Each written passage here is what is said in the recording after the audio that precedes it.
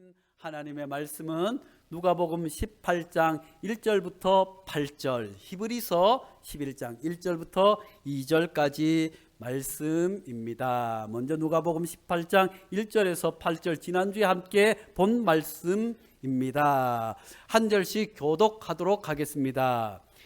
예수께서 그들에게 항상 기도하고 낙심하지 말아야 할 것을 비유로 말씀하여 이르시되 어떤 도시에 하나님을 두려워하지 않고 사람을 무시하는 한 재판장이 있는데 그 도시에 한 과부가 있어 자주 그에게 가서 내 원수에 대한 나의 원한을 풀어 주소서 하되 그가 얼마 동안 듣지 아니하다가 후에 속으로 생각하되 내가 하나님을 두려워하지 않고 사람을 무시하나 이 과부가 나를 번거롭게 하니 내가 그 원한을 풀어주리라. 그렇지 않으면 늘 와서 나를 괴롭게 하리라 하였느니라.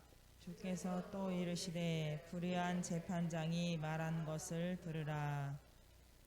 하물며 하나님께서 그 밤낮 부르짖는 택하신 자들의 원한을 풀어주지 아니하시겠느냐? 그들에게 오래 참으시겠느냐? 내가 너희에게 이르노니 속히 그 원한을 풀어 주리시리라. 그러나 인자가 올 때에 세상에서 믿음을 보겠느냐 하시니라. 아멘. 히브리서 11장 1절 2절 말씀입니다. 같이 보겠습니다. 시작. 믿음은 바라는 것들의 실상이요 보이지 않는 것들의 증거니 선진들이 이로써 증거를 얻었느니라. 아멘. 오늘 제목을 한번 같이 해보겠습니다. 찐이야 진짜 믿음. 제가 찐이야 하면 진짜 믿음 하는 겁니다. 찐이야 찐이야. 네, 아이고 제가 오늘 이번 주일 말씀을 준비하고 기도하고 하다가 제목이 어떤 말씀을 해야 되나. 지난주에 여러분의 믿음은 안전하십니까? 안전합니까? 했는데 그 제목으로 다시 한 주를 더 말씀을 나누어야 되는지 설교 본문과 또 설교문을 다 작성하고 묵상하는 가운데 제목이 선뜻 들어오는 것이 없어요. 그래서 운전을 하고 가다가 라디오에서 찐이야 진짜 뭐라고 그래서 제가 번쩍해서 찐이로구나 진짜 믿음. 그래서 찐 믿음 하고 제목을 하려고 했더니 찐 믿음 하니까 너무 이상한 거예요. 찐 믿음 어감이 좀 이상해요. 그래서 찐이야 찐. 그래서 진짜 믿음. 제가 다시 한번 찐이야 하면 진짜 믿음 하는 겁니다. 찐이야 찐이야. 할렐루야. 사랑하는 성도 여러분, 찐 믿음을 가질 수 있기를 간절히 축복합니다. 진짜 믿음을 가질 수 있기를 간절히 축복합니다. 오늘 교회에서 올라와서 예배 드리는 성도님들, 왜 교회에 올라오셨습니까? 왜 이 주일에 편안히 집에서 쉬지 않고 교회에 올라와서 예배를 드리십니까? 또 가정에서 온라인으로 예배를 드리는 성도님들, 가정에서 그 작은 화면을 보면서 왜 하나님 앞에 예배를 드리십니까? 우리를 창조하시고 또 삼위일체 그 거룩하신 하나님을 믿기 때문에 예배의 자리로 올라온 줄로 믿습니다. 우리에게 믿음이 없다고 한다면, 우리가 하나님을 믿지 않는다고 한다면 우리가 어떻게 하나님 앞에 이렇게 함께 모여서 예배를 드릴 수 있겠습니까? 그런데 사랑하는 성도 여러분, 그런데 믿음이 무엇입니까? 믿음이 무엇일까요? 사랑하는 성도 여러분, 우리 모두는 하나님을 믿는 믿음으로 살아갑니다. 우리가 하나님을 잘 믿는다고 생각합니다. 그러기에 우리는 그리스도인들입니다. 그런데 왜 우리 그리스도인들은 이 땅에서 믿음의 삶을 살지 못하고 주님께서 우리에게 빛과 소금이라고 어둡고 캄캄한 곳에 빛이 되라고 그리고 썩어져가는 세상에 소금이 되라고 말씀해 주셨는데 우리는 왜 교회는 왜 세상에 빛과 소금이 되지 못하고 세상 사람들로부터 걱정과 염려거리가 되어버렸습니다. 물론 언론에서 너무 과하게 하는 측면도 있겠지만 코로나 터지기 이전에도 한국의 교회 믿음이 얼마나 뜨거운지 몰라요. 한국 교회 그리스도인들처럼 예수님을 잘 믿는다고 하고 모이기에 힘쓰고 전투적으로 신앙생활을 하는 믿음의 사람들이 그렇게 많지 않습니다. 그렇게 뜨겁게 하나님을 믿고 하나님을 잘 믿는다고 하나님의 거룩한 백성이라고 자부하는 한국 교회는 왜 도대체 세상 사람들로부터 존경받지 못하고 마치 맛을 잃은 소금처럼 세상에 짓밟히는 신세가 되고 말았을까요?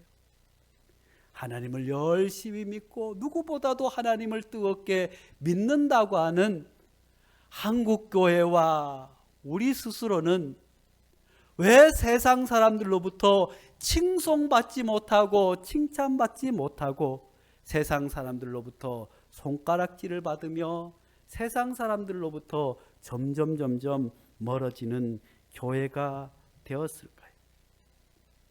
그것은 다름 아니라 우리가 생각하고 있는 믿음, 내가 믿음이라고 착각했던 그 모든 믿음이 잘못되었을 수 있기 때문입니다. 내가 그렇게 열심히 교회에 모이고 내가 그렇게 열심히 찬송을 하고 내가 그렇게 열심히 봉사를 하고 그렇게 열심히 살아온 내 믿음이 진짜 믿음이 아닐 수 있기 때문에 아니 한국교회가 그렇게 열성적으로 전도를 하고 그렇게 열성적으로 기도를 하고 그렇게 열성적으로 모이고 그렇게 열성적으로 신앙생활 하는 그 믿음이 하나님 보시기에 잘못된 믿음, 진짜 믿음, 찐 믿음이 아닐 수 있기 때문입니다. 오늘 본문을 보면 불의한 재판장이 나옵니다.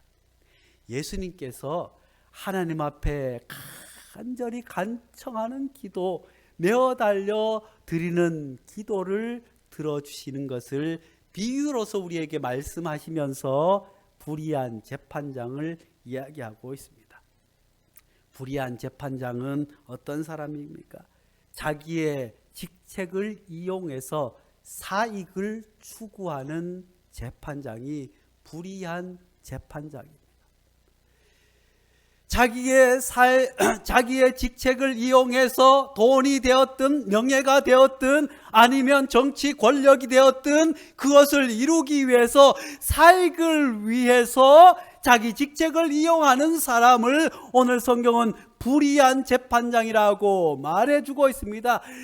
예수님께서 활동하시고 살아가시던 그 1세기 유대 사회에는 하나님께서 거룩한 재판장으로 세워준 제사장과 산헤르딘 공회가 타락하여서 하나님 안에서 공의로운 재판을 하는 것이 아니라 하나님 안에서 돈이 있건 돈이 없건 힘이 있건 힘이 없건 억울한 일이 없도록 공정한 재판을 해야겠지만 돈에 물이 멀어 권력에 눈이 멀어 자기 직책을 이용해서 사익을 추구하는 나쁜 불의한 재판장이 있었어요.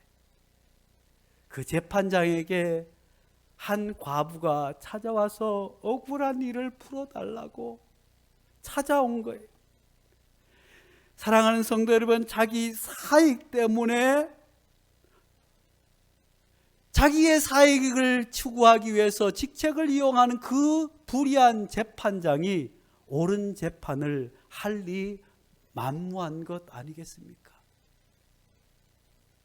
아마 돈을 많이 싸들고 오면, 자기 사익에 유익이 되면 억울한 일뿐만 아니라 억울하지 않은 것까지 다 해결해 주겠지만, 이를 찾아온 과부는 누구입니까?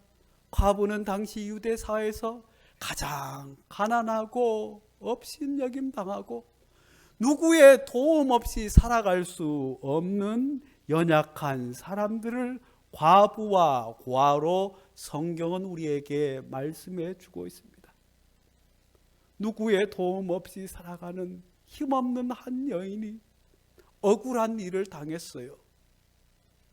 억울한 일을 당해서 누구에게 풀어줄 수 없고 해결할 수 없어서 재판장이 불의한 걸 알겠지만 그럼에도 불구하고 재판장을 찾아와서 재판장님, 제 억울함을 좀 풀어주세요. 그런데 이 불의한 재판장이 콧방귀도 끼지 않아요. 왜냐? 불의한 재판장은 자기 사익을 위해서 직책을 사용하는 사람, 자기 직책을 위해서 자기 사욕을 얻으려고 하는 사람이 어찌 그 여인의 이야기를 들어줄 수 있겠어요? 그렇지만 이 여인은 또 찾아가고 또 찾아가고 또 찾아가서, 제발 제가 억울한 일을 당했습니다. 제발 나를 도와주세요. 제발 공정한 재판을 저에게만이라도 해주세요. 찾아가고 또 찾아가고 찾아가니 이 불의한 재판장이, 아이고, 그 여인이 자꾸 찾아오니까 귀찮아서, 아이고, 저 여인이 자꾸 찾아와서 저 여인 때문에 다른 뇌물을 못 받게 생긴 거야. 그러니 에라, 그렇게 귀찮게 하니 이 여인의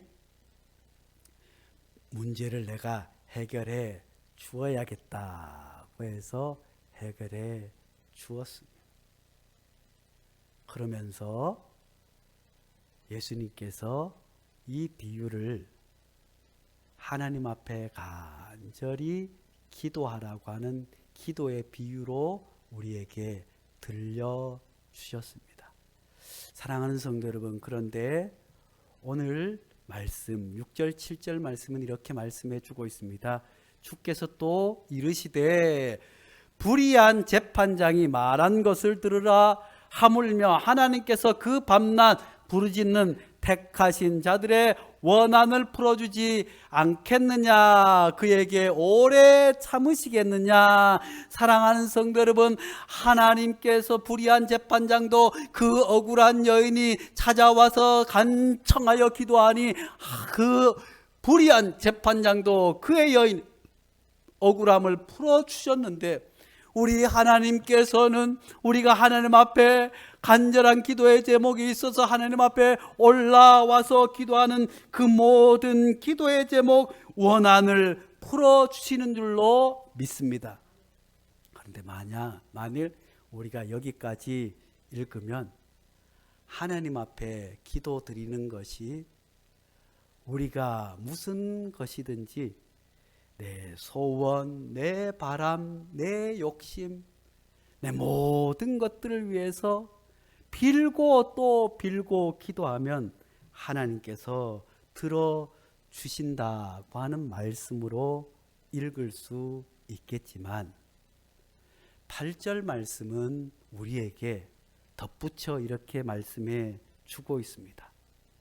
내가 너희에게 이르노니 속히 그 원한을 풀어주리라. 그러나 인자가 올 때 세상에서 믿음을 보겠느냐라고 말씀해 주고 있습니다. 사랑하는 성도 여러분, 이 여인이 왜 재판장을 찾아갔습니까? 그 여인은 아무도 도와주는 사람이 없었습니다. 재판장이 아니고는 그 억울함을 해결해 줄 수 없었습니다.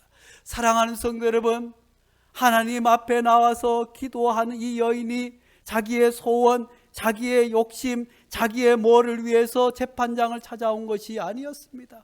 억울함을 풀어달라고. 사랑하는 성도 여러분, 요즘 코로나19 때문에 조금 억울하십니까? 세상 사람들이 교회를 자꾸 욕하고, 아이고 우리 교회는 이렇게 방역수칙을 잘 지켜서 온라인 예배를 드리고 있는데 아이고 우리 교회까지 욕을 먹으니 화가 나고 억울하십니까? 아니면 내가 잘한다고 살아왔는데 억울한 일을 당하셨습니까? 그런 억울한 일을 세상은 풀어주지 못하지만 하나님께서 풀어주신다는 말씀인 동시에 우리의 기도가 하나님 앞에 매일 찾아와서 밤낮 부르짖고 원하는, 메어 달려서 기도하는, 새벽마다 올라와서 밤마다 부르짖는 그 기도가 내 욕심을 위한 것, 내 욕구를 위한 것, 내 뜻을 이루어 달라고, 내 자녀들 잘 되게 해달라고, 내가 복받게 해달라고 그렇게 메어 달려 기도하는 그 기도가 참 기도라고, 그것이 참 믿음이라고 한다고 한다면 부처님 앞에서 비나이다 비나이다, 우리 자식 잘 되고 돈 많이 벌고 복받게 해달라고 하는 그 비는 것과 뭐가 다르겠습니까? 나무와 돌 앞에 가서 천지신명께 비나이다 비나이다, 내가 돈을 많이 벌게 해주고 뭐가 되고 그렇게 내 소원과 욕심만을 위해서 빌고 또 비는 것이 믿음이라고 한다면, 우리가 하나님을 믿는 믿음과 불교 신자가 부처님을 믿는 믿음과 우상에 빠진 사람들이 돌과 천지신명을 믿는 믿음과 뭐가 다르겠습니까? 믿음은 하나님이 원하시는 그 기도와 삶을 드리는 거예요. 뿐만 아니라 우리의 믿음이 힘없는 이유가 무엇이겠습니까? 우리의 믿음이 자칫 하나님을 믿는다고 하지만 하나님의 뜻과 하나님의 말씀과 전혀 상관없이 내 욕심과 내 자아와 내 복과 내 것만을 위해서 빌고 또 빈다고 한다면 그 믿음은 진짜인지 가짜인지 돌아보아야 할 줄로 압니다.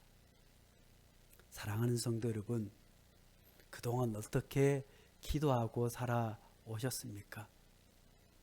내가 그렇게 간절히 하나님 앞에 나와서 기도한 그 기도는 하나님의 뜻을 구하는 기도였습니까? 아니면 세상 사람들처럼, 절에 다니는 사람처럼, 천지신명께 비는 사람처럼 자기 욕심과 자기 자아와 자기 욕구를 채우기 위한, 거기에는 정당하지 않은 방법이라도, 내가 노력하지 않더라도 일확천금을 얻고자 하는 그런 인간적인 욕심이 들어있지나 않으신지요? 오늘 성경에서 불의한 재판장에게 찾아온 힘없는 여인은 억울함을 풀어달라고, 하나님께서도 너희에게 이르노니 속히 그 원한을 풀어주리라. 우리가 한다고 했지만, 애쓴다고 했지만, 노력한다고 했지만, 그렇게 살아왔음에도 불구하고 돈이 모이지 않고 하나님을 위해서 살아온다고 살아왔지만, 열심히 기도하고 살아오고 봉사하며 믿음생활 잘한다고 살아왔지만 원치 않는 병이 걸려서 아픔을 당하거나 아니면 여러 가지 이유들 때문에 눈물 흘리는 우리의 삶을 하나님 앞에 내어놓는 그 기도, 그 원한을 하나님께서 풀어주시는 줄로 믿습니다. 그렇게 해서 우리가 하나님 앞에 간절히 메어달려 기도해야 될 줄로 믿습니다. 간청하여 그렇게 하나님 앞에 메어달려 기도할 때 하나님께서는 우리의 기도를 들어주신다고 말씀해 주고 있습니다. 또 한 가지, 우리의 믿음은 왜 세상 가운데서 힘을 발휘하지 못할까요? 왜 믿는 사람이나 믿지 않는 사람이나, 왜 교회에 다니는 사람이나 절에 다니는 사람이나 별로 구별이 되지 않을까요? 우리의 믿음이 추상적일 때, 사실 믿음이라고 하는 것은 보이지 않는 하나님을 믿기 때문에 추상적일 수밖에 없습니다. 그렇지만 그 추상적인 것은 아무런 힘을 발휘할 수 없습니다. 우리의 그 추상적인 믿음이 이 삶의 자리에서 구체적으로 드러날 때 비로소 그 믿음은 빛과 소금의 역할을 감당하는 살아있는 믿음, 진짜 믿음이 되는 줄로 믿습니다. 사랑하는 성도 여러분, 그러기에 우리의 믿음은 구체적인 삶의 현장에서 드러나지 않고는 믿음이라고 할 수 없습니다. 우리가 아무리 하나님 앞에 찬송을 하고, 우리가 아무리 성경을 많이 읽고, 우리가 아무리 열심을 다해서 하나님께 예배드리고 잘 신앙생활을 한다고, 나의 믿음은 뜨겁다고 한다고 할지라도 그 믿음이 관념에 머물러 있거나 하나님을 안다고 하는 그 알미라고 하는 것이 삶으로 구체적으로 연결되지 않는 믿음은 진짜 믿음이 아니라고 오늘 성경은 우리에게 가르쳐 주고 있습니다. 그래서 히브리서 11장 1절 말씀에도 믿음은 바라는 것들의 실상이요 보이지 않는 것들의 증거니라고 우리에게 말씀해 주고 있습니다. 사랑하는 성도 여러분, 그렇습니다. 우리의 믿음이 세상의 빛과 소금의 역할을 감당하기 위해서는 우리가 세상으로부터 인정받고 존경받으며, 우리의 믿음이 절에 다니는 사람들과 우상을 섬기는 다른 믿음, 하나님을 믿는 참 믿음이 되기 위해서는 우리의 욕심을 따라서 신앙생활, 믿음생활하는 것이 아니라 하나님의 뜻을 따라, 뿐만 아니라 보이지 않는 하나님을 믿는 그 믿음이 관념에 머물러 있는 것이 아니라 구체적인 삶의 자리에서, 그래서 요한일서에서, 요한서를 통해서 우리에게 말씀해 주고 있습니다.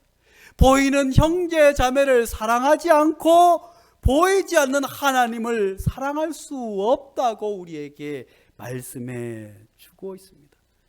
그러므로 사랑하는 성도 여러분, 우리의 믿음이 참 믿음, 진짜 믿음, 관념에 머물러 있지 않고 삶의 구체적인 현장 가운데서 드러날 때, 한국 교회는 다시 한번 세상 사람들로부터 초대교회 교회가 그랬던 것처럼, 초대교회 그리스도인들이 그랬던 것처럼 세상 사람들이 칭송하고 두려워하는 교회와 그리스도인들로 회복되게 될 줄로 믿습니다. 그렇다면 우리가 하나님 앞에 그 추상적인 믿음이, 보이지 않는 하나님을 믿는 그 믿음이 삶의 현장에 구체적으로 드러날 수 있는 방법이 무엇이겠습니까? 그것은 첫째, 참된 예배를 드릴 때 우리의 믿음이 구체적으로 세상에 드러나게 되는 줄로 믿습니다. 히브리서 11장 4절 말씀에 믿음으로 아벨은 가인보다 더 나은 제사를 하나님께 드렸다고, 믿음의 선지자들에 대해서 히브리서 11장에서 이제 믿음을 생활을 잘해준 믿음의 선지자들을 이야기하면서 가장 먼저 가인과 아벨 얘기를 하는 거예요. 가인과 아벨이 모두가 하나님 앞에 예배를 드렸지만 제사를 드렸지만 하나님은 누구의 예배를 받아주셨어요? 아벨의 예배를 받아주신 줄로 믿습니다. 어떤 이들은 양을 잡아서 드렸냐, 곡식 드렸냐, 그게 아니라 아벨은 하나님이 원하시는 제사, 아니 하나님 앞에 예배라고 하는 그 추상적이고 관념적이고 상징적인 예배를 그의 삶 가운데서 살아나갔기 때문에 삶이 하나님 앞에 드려지는 온전한 예배였기 때문에 하나님께서 받아주셨습니다. 사랑하는 성도 여러분, 오늘 온라인으로 예배를 드리고 있습니다. 교회에서 예배를 드리고 있습니다. 우리의 예배는 하나님이 기뻐하시는 예배입니까? 아닙니까? 하나님이 기뻐하시는 예배를 드리고 있는 줄로 믿습니다. 그 예배는 온라인 예배를 드리든 교회에 모여서 예배 드리든 그 한 시간에 드려지는 예배가 아니라 그 한 시간 드려지는 예배와 함께 그 예배에서 들었던 말씀과 그 예배에 들었던 감동과 그 예배에 들었던 은혜가 내 삶의 자리에서 그대로 드러날 때 그 삶으로 드리는 예배를 하나님께서는 기뻐받아 주신다고 말씀해 주고 있습니다. 아무리 찬송을 멋지게 드린다고 할지라도, 아무리 하나님 앞에 많은 예물을 드린다고 할지라도 삶이 어그러진 예배는 하나님이 받지 않으신다고 예언서를 통해서 끊임없이 우리에게 말씀해 주고 있습니다. 호세아 선지자는 이렇게 말씀하고 있습니다. 호세아서 6장 6절 말씀에 하나님을 알자고 하면서 우리가 힘써 하나님을 알자고 하는 그 하나님은 나는 인애를 원하고 제사를 원하지 아니하며 번제보다 하나님을 아는 것을 원하노라. 하나님을 아는 것이 무엇일까요? 하나님의 아는 그 알미 삶에 구체적으로 드러나는 구체적인 믿음은 무엇일까요? 구체적인 예배는 무엇일까요? 이사야서 1장 11절 이하에 이렇게 말씀해 주고 있습니다. 여호와께서 말씀하시되 너희의 무수한 재물이 내게 무엇이 유익하뇨? 나는 숫양의 번제와 살찐 짐승의 기름에 배불렀고 나는 숫송아지나 어린 양이나 순념소의 피를 기뻐하지 아니하노라. 너희가 내 앞에 보이려 오는 이것을 누가 너희에게 요구하느냐? 내 마당을 밟을 뿐이니라. 하나님이 원하시고 하나님이 기뻐하시는 예배가 아닌 것은 우리가 아무리 교회에 열심히 올라오고 우리가 아무리 온라인 앞에 앉아서 하나님을 화면을 바라본다고 할지라도 그것은 성전의 마당을 밟는 것, 마당을 더럽힐 뿐이라고 말씀해 주고 있습니다. 우리가 드리는 예물도 헛될 수 있다고, 우리가 드리는 찬송도 헛될 수 있다고. 13절 이하의 말씀에 헛된 재물을 다시 가져오지 말라. 분향은 내가 가증히 여기는 바요 월삭과 안식과 대회로 모이는 것도 그러하니. 너희가 아무리 열심히 성전에서 모이고, 너희가 아무리 기도회로 모이고, 너희가 아무리 철야 기도로 모이고 그렇게 모인다고 할지라도 하나님께서는 그 성회가 아울러 악을 행하는 것을 내가 견디지 못하느니라. 우리 한국교회처럼 모이기에 힘쓰는 교회가 얼마나, 이 코로나 상황 가운데서도 모여서 예배 드려야 된다고 그렇게 모이는 교회들이 얼마나 많습니까? 그렇지만 그 모임이 악을 행하게 되거나 하나님이 기뻐하지 않으신 것은 하나님이 받지 않으신다고. 내 마음이 너희의 월삭과 정한 절기를 싫어하니 그것이 내게 무거운 짐이라 내가 자기에게 곤비하였느니라. 우리가 아무리 열심히 모여서 예배한다고, 아무리 열심을 낸다고 할지라도 하나님을 기뻐하지 못하는 것, 그것 때문에 교회가 욕을 먹고, 그것 때문에 하나님 아버지가 거룩하신 예수 그리스도의 십자가가 밟힌다고 한다면 하나님께서는 그것이 오히려 하나님께 무거운 짐이 된다고. 그러면서 15절 말씀에 너희가 손을 펼 때 내가 내 눈을 너희에게 가리우고 너희가 아무리 많이 기도할지라도 내가 듣지 아니하리니 이는 너희 손에 피를 묻혔다. 죄 때문이다. 그러면서 하나님 앞에 온전히 드리는 삶을 드리는 그 예배가 무엇인지 하나님이 기뻐 받으신 예배에 대해서 말씀해 주고 있습니다. 16절 17절 말씀에 너희는 스스로 씻으며 스스로 깨끗하게 하여 내 목전에서 너희 악한 행실을 버리며 행악을 그치고. 하나님 앞에 우리의 마음과 우리의 잘못과 모든 죄를 회개하고, 회개할 뿐만 아니라 우리가 잘못해온 모든 악행을 그치고 선을 배우며 정의를 구하며 학대받는 자를 도와주며 고아를 위하여 신원하며 과부를 위하여 변호하라 하셨으니, 그렇게 삶을 살아갈 때 선행을 끊임없이 배우고 실천하고 정의를 구하며 학대받는 자를 도와주며 고아를 위해 그 신원을 하며 대신 구해주며 과부를 위해서 변호하는, 도와주는 그 사랑이 수반되는 예배를 하나님께서 기뻐 받아 주신다고. 그것이 암과 삶이 구체적으로 연결된 참된 예배, 하나님이 기뻐 받으시는 예배, 믿음의 예배라고 말씀해 주고 있습니다. 아모스서 5장 22절 이하에도 똑같이 말씀해 주고 있습니다.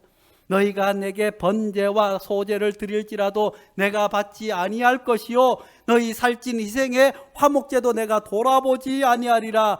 내 노랫소리를 내 앞에서 그칠지어다 내 비파 소리도 내가 듣지 아니하리라. 오직 정의를 물같이 공의를 마르지 않는 강같이 흐르게 할지어다. 삶이 예배가 될 때 그 예배는 비록 잘 모이지 못하더라도, 비록 가정에서 어려운 상황 가운데 핸드폰을 보며 TV 앞에서 집중해서 하나님 앞에 예배드리는 예배이든 하나님께서 그 예배를 기뻐 받아 주시는 참된 믿음이라고 말씀해 주고 있습니다. 또 우리의 믿음이 참된 믿음이 되기 위해서는 기도해야 될 줄로 믿습니다.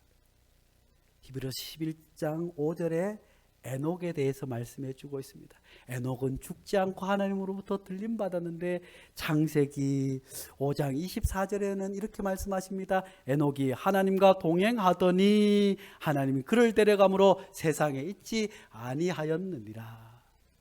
우리의 기도가 하나님 앞에 간청하는 기도가 될 수도 있고, 우리가 드리는 기도가 새벽마다 올라오는 기도가 될 수 있겠지만, 기도는 숨이라고 하지 않습니까? 숨을 쉬지 않고 살아갈 수 없는 것처럼 참된 믿음의 사람은 쉼 없이 쉬지 말고 기도하는 삶인 줄로 믿습니다. 이사를 갈까요 말까요? 무엇을 할까요 말까요? 하나님, 제가 머리가 아픈데요, 어떻게 할까요? 하나님 아버지, 제가 일어났습니다. 하나님 아버지, 이제 제가 잠자리 들겠습니다. 하나님 아버지 늘 마음과 의식 속에서 하나님을 기억하고 마치 하나님과 동행하는 것 같은 그런 진실한 기도의 생활이 참된 믿음의 증거인 줄로 믿습니다. 마지막으로 참된 믿음은 순종으로 나타날 때 그 믿음이 구체적으로 삶의 현장에서 드러나는 줄로 믿습니다. 히브리서 11장 7절 8절 말씀에 노아와 아브라함의 이야기를 해주고 있습니다. 노아는 하나님께서 물로 심판하리라 아직 이루어지지 않은 것 때문에 높은 산에 방주를 지은 것 아니겠어요?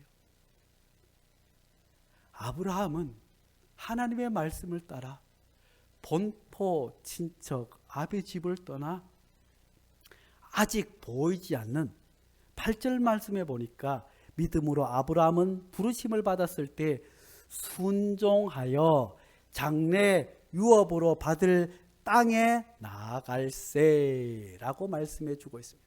아직 눈에 보이지 않는 현실이지만 믿음을 가지고, 노아도 믿음을 가지고 그렇게 방주를 산 위에 지은 것 아니겠습니까? 아브라함 역시 아직 눈에 보이지 않는 것이지만 하나님의 말씀에 순종하여 본토 친척 아비 집을 떠나서 살아간 것 아니겠습니까? 사랑하는 성도 여러분, 순종이라고 하는 것은 내가 할 수 있는 것, 내가 할 만한 것, 내가 결정해서 가는 것이 아니라 비록 내 마음에는 그것이 불가한 것 같고 그것이 아직 이루어지지 않은 것 같지만 하나님께서 가라고 하면 가는 것이 믿음인 줄로 압니다.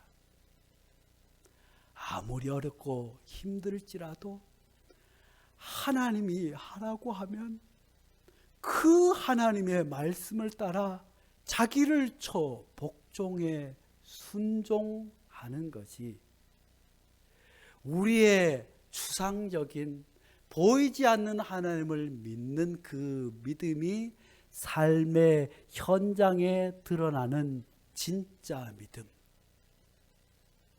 아무런 힘도 아무런 역할도 감당하지 못하는 믿음이 아무리 좋다고 하고 아무리 열심을 낸다고 할지라도 전혀 캄캄한 세상에 빛이 되지 못하고 전혀 썩어가는 세상 가운데 소금이 되지 못하고 밟히는 그런 믿음이 가짜 믿음이 아니라 진짜 믿음, 세상을 살리는 믿음, 세상을 환하게 비치는 믿음, 썩어가는 세상을 밝힐 뿐만 아니라 믿지 않는 세상 사람들로부터 칭송을 받고 존경을 받으며 예수 그리스도의 십자가가 구원의 복음으로 높이 설 수 있는 그런 진짜 믿음 가질 수 있는 성도들 될 수 있기를 간절히 축복합니다.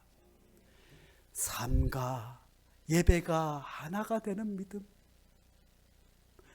하나님과 날마다 동행하는 쉬지 않고 기도드리는 삶이 기도가 되는 믿음, 하나님의 말씀이라면 나를 쳐서 하나님 앞에 복종하는 그 순종의 믿음, 참 믿음으로 살아갈 수 있는 우리 베델교회 성도들 될 수 있기를 간절히 축복합니다. 거룩하신 하나님 아버지시여, 코로나19로 인해서 아니 그 이전부터 한국교회와 수많은 그리스도인들은 세상의 존경과 우러름과 부러움의 대상이 아니라 세상으로부터 걱정과 근심과 염려는 그로 말미암아 교회도 욕을 먹고 하나님도 욕을 먹고 교회 다니는 사람들도 욕을 먹고 구원의 그 십자가까지도 사람들에게 손가락질을 당하는 이 안타까운 현실 가운데 하나님, 우리의 믿음이 참 믿음이 되게 도와 주시옵소서. 추상적인 믿음이 아니라 구체적인 삶의 현장에 드러나는 살아있는 진짜 믿음, 보이지 않는 하나님을 세상 사람들에게 나의 삶으로 하나님의 살아계심을 보이는 참된 예배와 기도와 순종이 따르는 참된 믿음, 진짜 믿음으로 살아갈 수 있도록 은혜를 더하여 주시옵고, 이제 그 참된 믿음에 선 우리 베델교회가 우리 성도들을 세상 사람들이 칭송하며 부러워하며 두려워할 수 있는 교회로, 신앙인으로 회복되게 도와 주시옵소서. 예수님 이름으로 기도하옵나이다. 아멘.